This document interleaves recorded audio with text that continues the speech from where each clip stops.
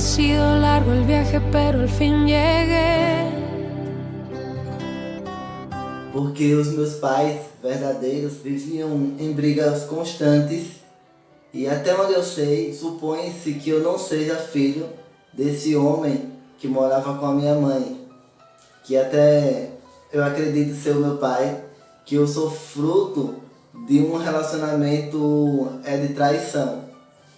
E daí, eu com 5 meses, eu fui adotado por outra família, porque até onde eu sei, o meu pai ele assassinou a minha mãe por esse motivo. Então, eu desde criança já cresci com essa cobrança na minha cabeça, com essa ideia de que eu era culpado de algo que eu não tinha cometido, mas que graças à minha existência, uma pessoa perdeu a vida. Então, imagine para uma criança saber de toda a carga pesada que teve no seu passado e ver os coleguinhas, porque isso não foi um assunto que ficou assim entre a família, isso foi um assunto que muitas pessoas souberam e as pessoas comentaram que o seu pai matou sua mãe por sua culpa. Então você crescer ouvindo tudo isso, para mim foi bastante duro. E daí, com o tempo, eu fui adquirindo uma tristeza interior. Eu mesmo criança, eu lembro que eu não era feliz. Sempre tinha um vazio dentro de mim. Eu lembro que eu não conseguia ser igual aos outros garotos. E também, como se tivesse faltando algo. Com o tempo, a situação, em vez de melhorar, ela só piorou. Porque o homem que me adotou, que me registrou, ele era uma pessoa muito bruta. Mas bruta que eu falo não é bruta assim, pessoas de grota, é bruto ao extremo. Ao ponto de eu ter a minha infância roubada. Eu costumo dizer que eu não tive uma infância feliz, porque não me permitiram ser criança. Eu lembro que quando eu e a minha irmã estávamos assistindo TV, esse homem chegava e desligava. Se a gente desejava comer alguma coisa, ele falava. E assim, isso me fez sofrer muito na infância, porque foi muito difícil. É como se eu não tivesse o direito de ser criança, sabe? Lembro também que eu me desenvolvi rápido na escola. E isso que era para ser um motivo de orgulho para esse homem que me adotou, era um motivo de frustração, como se ele se sentisse incomodado pelo fato de eu querer ser alguém, de eu querer estudar, de eu querer ter um futuro melhor, porque naquela época, quando a gente morava em sítio e nesse interior, o emprego era mais corte de cana. E daí eu não queria isso pra mim. Daí ele sempre que me via estudando, ficava irritado, dizia que não ia ter futuro, que não precisava estudar tanto. E agora, só que ele não falava desse jeito, ele falava de uma forma grosseira, vai procurar o que fazer, vai, coisas assim, absurdas. Com o tempo, infelizmente, eu me vi sozinho. A minha irmã ela casou cedo, no ano de 97, e daí eu não tinha mais a minha companheira para me ajudar a superar a ignorância daquele homem. Eu tinha mais alguns irmãos, mas eu vou sempre tratar mais sobre a minha irmã porque era a pessoa que eu ficava mais perto. E assim eu me vi só, naquela casa praticamente só, com 2 irmãos homens, com aquele homem. A minha mãe já não trabalhava mais, mas tinha de cuidar da tarefa de casa. E a gente também morava com meu avô, que era um homem incrível. Inclusive, se você não viu o vídeo Tive o Melhor Pai, eu vou estar deixando aí no card pra você, como sugestão também lá e conferir. E assim, eu ficava louco quando a minha irmã visitava a gente e ela tinha de voltar pra casa. Eu lembro que eu brigava com Deus, porque eu ficava pedindo a Deus para o ônibus não passar. E daí quando o ônibus passava, eu ficava brigando com ele. Eu dizia, Deus não gosta de mim, porque não vê todo esse sofrimento. Algumas partes eu pulei, porque envolve muita gente. Foi muita coisa que eu presenciei quando criança, coisas que eu não posso falar, que me machucam muito, coisas que eu acredito que uma criança não deveria ver nem ouvir, e principalmente sentir. O tempo foi passando, eu ficava muito olhando para o horizonte. Eu lembro que todo fim de tarde eu sabia que à noite ia ter algo que eu não ia gostar de ouvir, e daí eu não queria dormir em casa, eu queria dormir na casa da vizinha, que era uma pessoa muito boa, ela já faleceu, a Dona Luzia, a saudosa Dona Luzia, uma pessoa amável, mais uma mulher que, assim, na minha vida fez toda a diferença. E eu, pra fugir de tudo aquilo, eu queria dormir na casa dela. E eu ficava olhando assim pro horizonte todo fim de tarde e ficava imaginando um dia eu saindo de casa com um amor. Sim, nessa época eu tinha 9 para 10 anos e eu já sonhava assim em casar com um homem e construir minha família. E eu lembro que o nome desse homem, esse meu esposo, ele já tinha até nome, que era Paulo. É justamente por isso que na saga de Wellington tem o Paulo. Eu ficava imaginando o Paulo, um homem que a gente ia casar, ele ia me tirar daquela vida e a gente seria feliz, formaria uma família. Foi quando então eu conheci a igreja. Conheci a igreja para ver se supria todo aquele vazio. A música na igreja ela foi muito presente na minha vida e daí eu lembro que as coisas só pioraram. Porque daí eu comecei a cantar no grupo das crianças e depois no dos adolescentes. E eu me tornei presidente dos adolescentes dessa igreja. E eu tinha de ensaiar os hinos em casa. E daí sempre que eu colocava um CD para ouvir, esse homem... Eu digo esse homem porque eu não chamo mais ele de pai, até a infância eu chamava, hoje eu não consigo mais, devido a tudo que eu sofri. Ele sempre desligava o rádio e daí eu lembro que era muito triste, eu me sentia muito humilhado.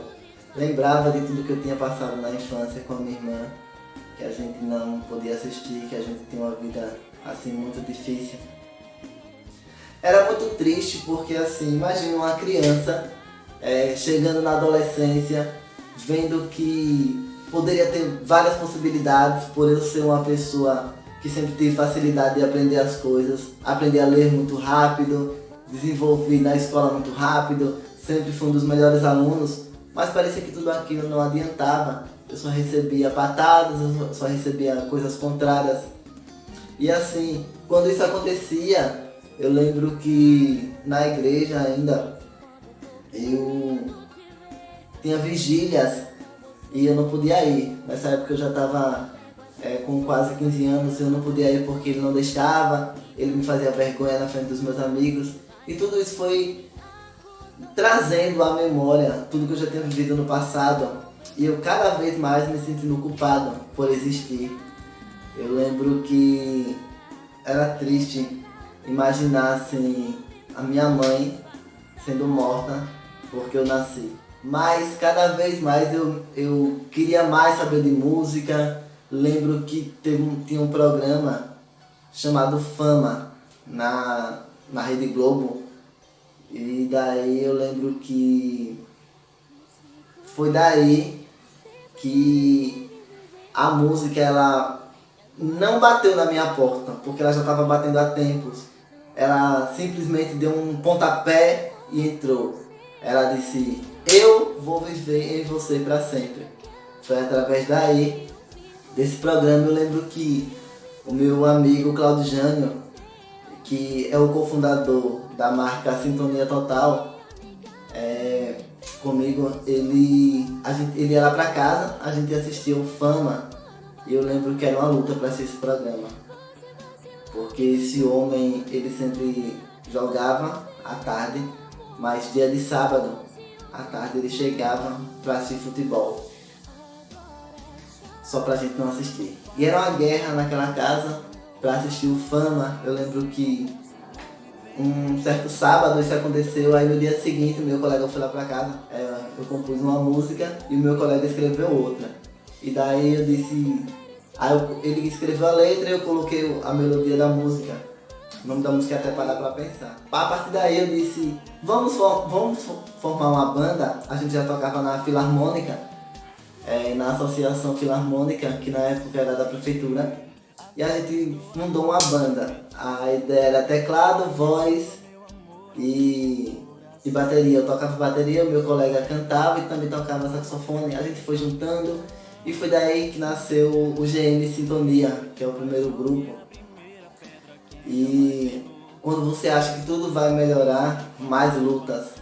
Porque aquele homem dizia que aquilo não era coisa para homem e eu sofri para manter um grupo. E eu, assim, tinha de pegar músicas novas para o grupo Nova Geração, que era o grupo que eu tinha fundado. Um grupo, na época já não era mais uma banda, era apenas um grupo de dança. E eu precisava montar a coreografia e eu não podia ouvir música durante o dia. Daí o que era que eu fazia? Eu pegava um fone do celular bem velhinho que eu tinha tido quando eu vim para Maceió e plugava no som, e daí eu decidi sair de casa. Eu já tinha trabalhado, já tinha um trabalho, e daí eu decidi sair de casa e fui morar só. E mais uma vez aquele homem aparece com as suas pérolas e ele disse: você já tentou sair de casa 3 vezes e nunca deu certo. As 3 vezes às quais ele se referiu foi uma onde o meu patrão, ele deixou, eu trabalhava em um bar, embora de menor eu trabalhei no bar, e eu quando tinha 20 anos, o meu patrão ele foi para Mato Grosso e deixou esse bar sob minha responsabilidade. Só que ele deixou um bar cheio de problema, e daí eu cheguei a morar nesse bar para ver se eu dava, conseguia manter esse bar, mas eu, por ser inexperiente, eu não consegui. Aí voltei pra cá. A segunda vez que ele se refere é que eu conheci a minha irmã de sangue aqui em Maceió e vim passar um tempo aqui na casa dela, mas como eu não consegui emprego, eu acabei voltando também pra casa. E a terceira vez foi que eu tinha um amigo, daí ele me fez acreditar que a gente era namorado. Ele foi para outro estado, foi para São Paulo, e eu acabei indo atrás dele. Sim. Eu, naquela ânsia de sair daquela casa, de sair daquela vida, eu fui para São Paulo em busca de outra pessoa. Chegando lá, essa pessoa transou com a garota de programa na minha frente, e um mês depois eu estava de volta a passo de Camaragibe. E assim foi muito triste, porque eu tentava sair daquela casa, eu tentava ter uma vida melhor, mas nada estava dando certo. E eu lembro que dessa vez, quando ele falou isso, não me deu medo, muito pelo contrário, só me deu mais vontade de sair da lei, só me deu vontade de crescer. Mas eu sabia, no fundo eu sabia que a prefeita iria perder, que eu ia ter que voltar para aquela casa quando ela perdesse, porque era contratado da prefeitura. Eu então, após as eleições de 2012, com o resultado que a prefeita ela tinha perdido a eleição, daí o meu contrato ele venceu, mas eu não queria mais voltar para aquela casa. Eu estava decidido a não voltar mais para aquela casa. Eu não queria sofrer tudo aquilo de novo. Eu não queria passar toda aquela humilhação. E assim, eu então decidi, tive um anjo na minha vida, que é justamente a tia do Claudio Jânio Santos, mas ele que fundou o grupo comigo, que sofreu comigo pra gente conseguir viver a música. A gente veio junto pra Maceió, sem nada. Eu lembro que eu pedi emprestado R$20 à minha mãe e vim então pra Maceió. E aqui várias coisas aconteceram, comecei a trabalhar rapidamente tudo, e não precisei voltar mais para aquela cidade, graças a Deus. Com o tempo, confesso que passei várias dificuldades aqui, cheguei a passar fome, não tinha geladeira, não tinha fogão, não tinha nada, era uma situação assim, muito triste. Mas para não voltar para aquela casa, eu omiti tudo, não contei a ninguém e vivi aqui para não precisar voltar para aquela humilhação. Mas naquela família havia um homem que sempre foi um homem bom, um homem que adotou uma menina, que deu estudo para essa menina, que fez de tudo para essa menina se tornar uma mulher inteligente. E essa mulher é minha tia, que com o desprezo do meu pai, após a destruição do meu lar, essa mulher que era minha tia passou a ser minha mãe. E eu fui acolhido por esse homem que havia adotado essa mulher quando criança. Esse homem sempre fez de tudo para que eu estudasse. Esse homem, lembro que ele acordava às 5:30 da manhã, ia para o seu roçado no sítio, da qual ele era herdeiro. Lembro que esse homem nunca deixou nada faltar. Lembro que ele 5:30 saía com meus irmãos mais velhos, já rapazes, eu apenas uma criança. Ficava em casa com minha tia, a qual eu chamava de mãe.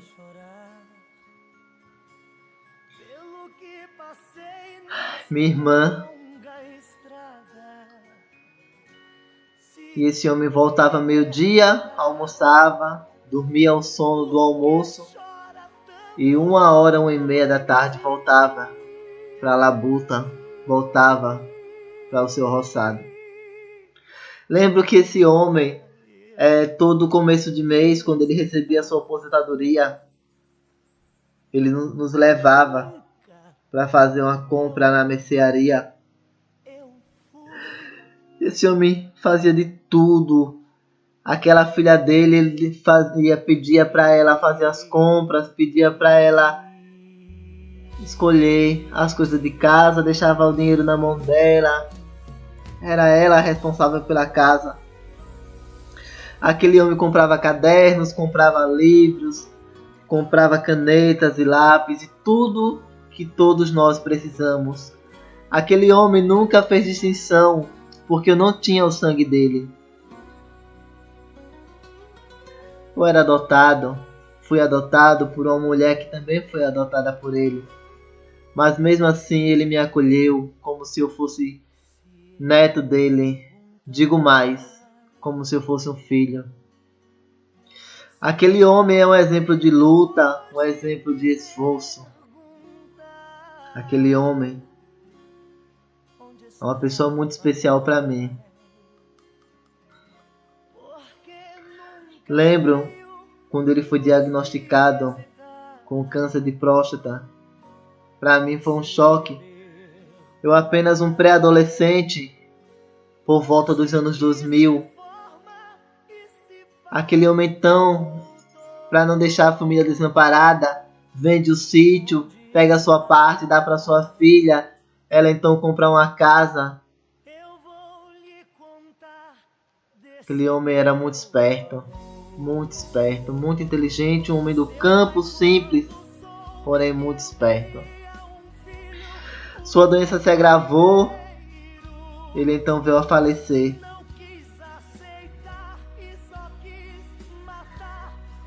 Eu não aguentei nem ir para o enterro daquele homem.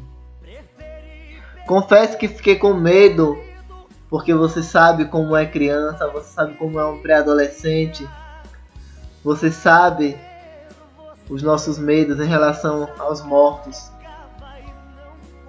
Mas com o tempo eu pude me deixar levar, me deixar perceber e saber que aquele homem jamais me faria mal, porque aquele homem sempre me protegeu.